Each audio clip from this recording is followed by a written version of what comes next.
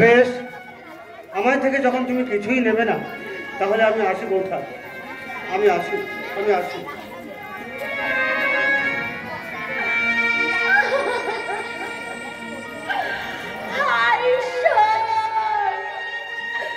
তুমি কি শুনতে পাচ্ছ?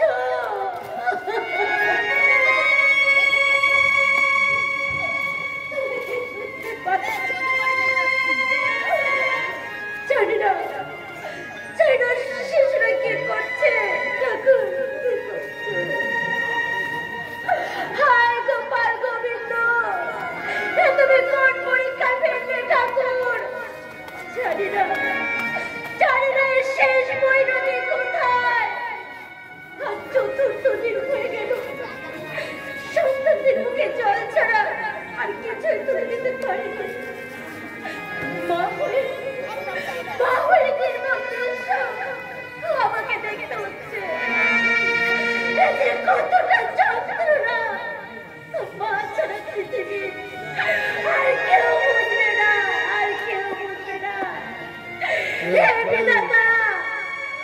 আমি যদি কোনো অন্যায় করে থাকি তাহলে তুমি আমাকে অনাহারে মৃত্যু দাও।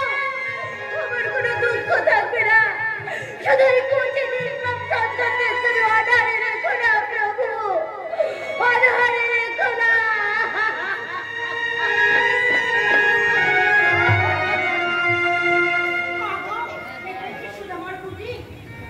হ্যাঁ, কিন্তু আপনাকে ঠিক চিনতে পারলাম না তো। আমায় তুমি চিনবে না মা, আমি দ্বিজ বড়ি।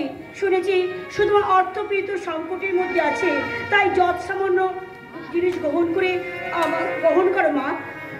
আপনি আমাকে ক্ষমা করবেন মাতা, আপনি আমার অতিথি, কিন্তু অতিথি সেবা করবার মতো সাধ্য যে আমার নেই।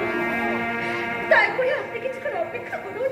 আমার স্বামী আমার সাথে কোথার সাথে সংস্থান করতে গেছে, তিনি এলে হয়তো কিছু ব্যবস্থা করতে পারি। মা না, তোমার মধুর সম্ভাষণ আর আপ্যায়ন আমি তুষ্ট, তাই শুধু এইটুকু গ্রহণ করে আমাকে পূর্ণ অর্জনের সুযোগ করে দাও মা। আপনি আমাকে ক্ষমা করবেন মাতা। স্বামীর বিনা অনুমতিতে গ্রহণ করার অর্থ তাকে হীন প্রতিপন্ন করা। আমি যে প্রাণ থাকতে পারবো না মাতা। কিন্তু তোমার সন্তানের যে অনাহারে আছে স্বয়ং ঈশ্বর চাইছে, তাই আমাদের ভাগ্যে অনাহার কাটছে। আবার তিনি চাইলে আহার দান করবে, এর জন্য আপনি বিরত হবেন না মাতা। তাই হবে মা, তাই হবে।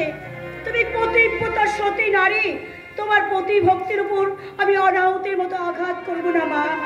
শুধু করুণাময় ঈশ্বরের কাছে প্রার্থনা করে বলবো, তিনি যেন তোমাদের দূর অবস্থা থেকে মুক্তি দেন।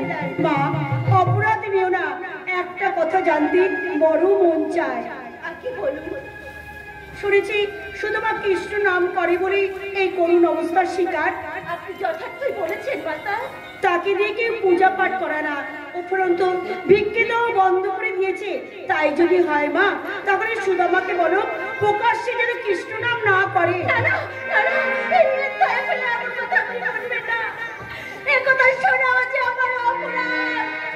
আপনি দয়া করে বলবেন না এমন কথা। এই যে সব আমাদের ভাগ্যের লিখন, শ্রীকৃষ্ণ তো কোনো অপরাধ নেই। তোমাদের সন্তানের জন্যই বলছি, তাতে যদি অপরাধ হয় তুমি ওকে মার্জনা করো মা। পৃথিবীকে আমরা কেউ খণ্ডাতে পারি না মাতা। তবে যিনি সর্বশক্তিমান, যিনি হিসেব নিকেশের সব মালিক, তিনি নিশ্চয়ই একদিন আমাদের করুণা করবেন। আপনার সহানুভূতির জন্য আমি কৃতজ্ঞ মাতা। বেশ, তাই হবে। ঈশ্বর যেন তোমাদের মঙ্গল করে। আমি এখন আসি মা।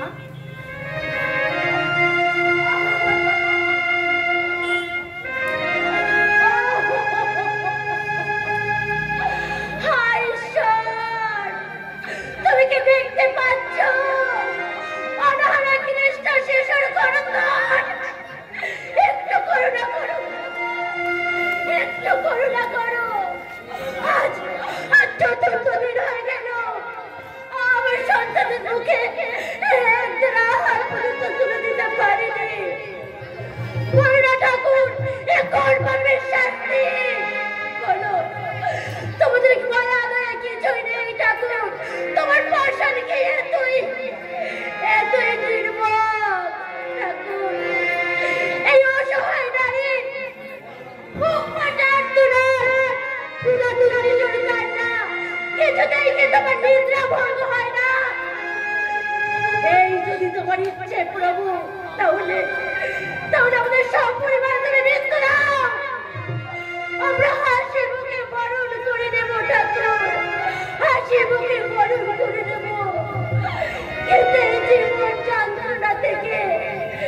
তুমি আমাকে মৃত্যু দাও ঠাকুর, তুমি আমাকে মৃত্যু দাও।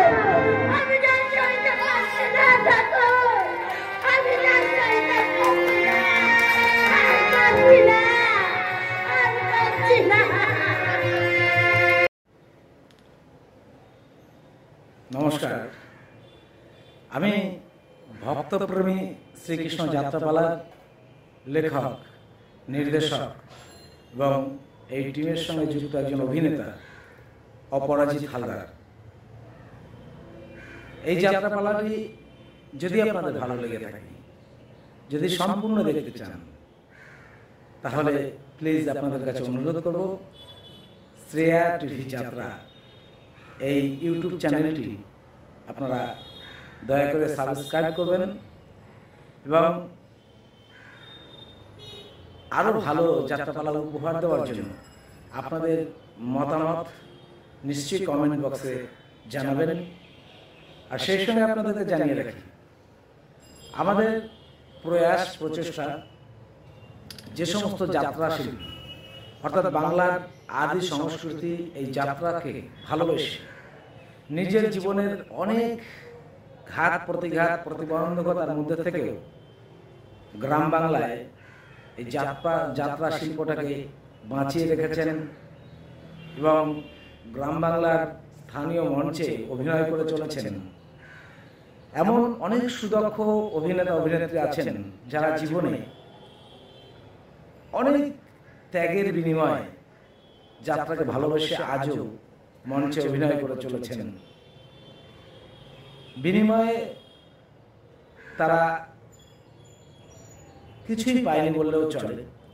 এমন যাত্রা শিল্পীদের, প্রতিভাবান যাত্রা শিল্পীদের বেদনা, চাওয়া পাওয়া এবং তার জীবনে যাত্রা থেকে কি পেল এবং কি হারিয়েছে জীবনের, এমন ইতিহাস ঘটনাকে সামনে তুলে ধরার জন্য আমাদের এই চ্যানেল প্রতিনিয়ত চেষ্টা চালিয়ে যাচ্ছে। যদি আপনাদের মনে হয় গ্রাম বাংলার আদি সংস্কৃতি, যাত্রাপালা, লোকসঙ্গীত,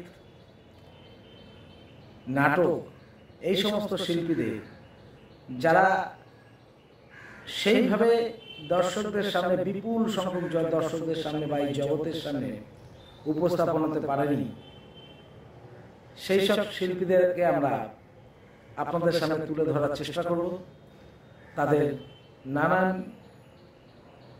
আনন্দ, দুঃখ, বেদনার ঘটনা আমরা জানার চেষ্টা করব। তাই যদি আপনারা সবকিছু সম্ভব, যদি আপনারা আমাদেরকে সাপোর্ট করেন, ভালোবাসা দেবেন এবং চ্যানেলটি সাবস্ক্রাইব করে আমাদেরকে সহযোগিতা করবেন, তাহলেই একমাত্র এই সম্পূর্ণ আশা আকাঙ্ক্ষাটি পূরণ করা সম্ভব। তাই আপনাদের কাছে আবারও আমি বিনম্রভাবে নিবেদন করব, অনুরোধ করব, রিকোয়েস্ট করব, শ্রেয়া টিভি যাত্রা চ্যানেলটি সাবস্ক্রাইব করুন, আমাদেরকে সহযোগিতা করুন।